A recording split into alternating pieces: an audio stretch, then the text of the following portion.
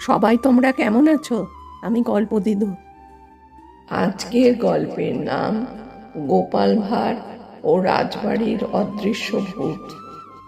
এক রাতে রাজপ্রাসাদে অদ্ভুত ঘটনা ঘটতে শুরু করলো। রাজকোষাগার থেকে মাঝে মাঝে টুনটুন শব্দ আসে, আর সকালে দেখা যায় কিছু সোনার মোহর উধাও। ভয়ে সবাই বলা বলি করতে লাগলো রাজবাড়িতে নাকি অদৃশ্য ভূত এসেছে। খবর পৌঁছালো মহারাজা কৃষ্ণচন্দ্র রায়ের কানে। তিনি তৎক্ষণাৎ ডেকে পাঠালেন দরবারের বুদ্ধিমান বিদূষক গোপাল ভাঁড়কে।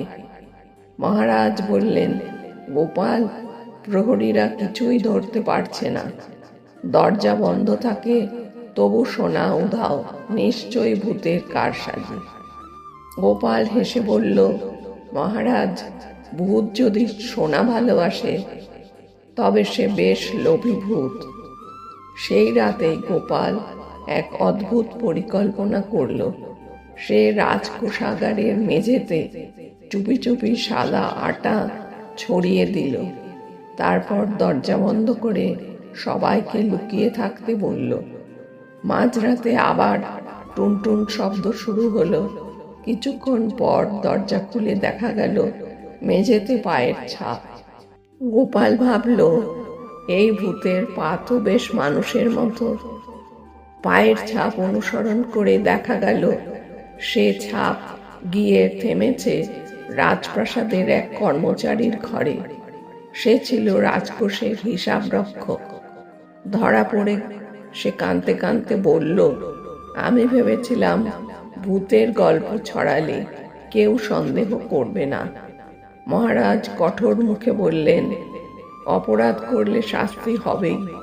সবাই গোপালের বুদ্ধির প্রশংসা করল। গোপাল মৃদু হেসে বলল, মহারাজ, ভূত নয়, লোভই আসল অদৃশ্য শক্তি।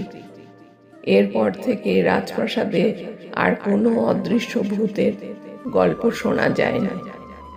এই গল্পের শিক্ষা, অন্ধবিশ্বাস নয়, বুদ্ধি ও প্রমাণের উপর ভরসা করাই শ্রেয়। গল্প দিদুর এমন অনেক গল্পের জন্য ভিডিওটা লাইক করো আর শেয়ার করো, সাথে চ্যানেলটা সাবস্ক্রাইব করতে ভুলো না। তাহলে আজকে আমি আসি, নতুন গল্পের সঙ্গে তোমাদের সাথে দেখা হবে।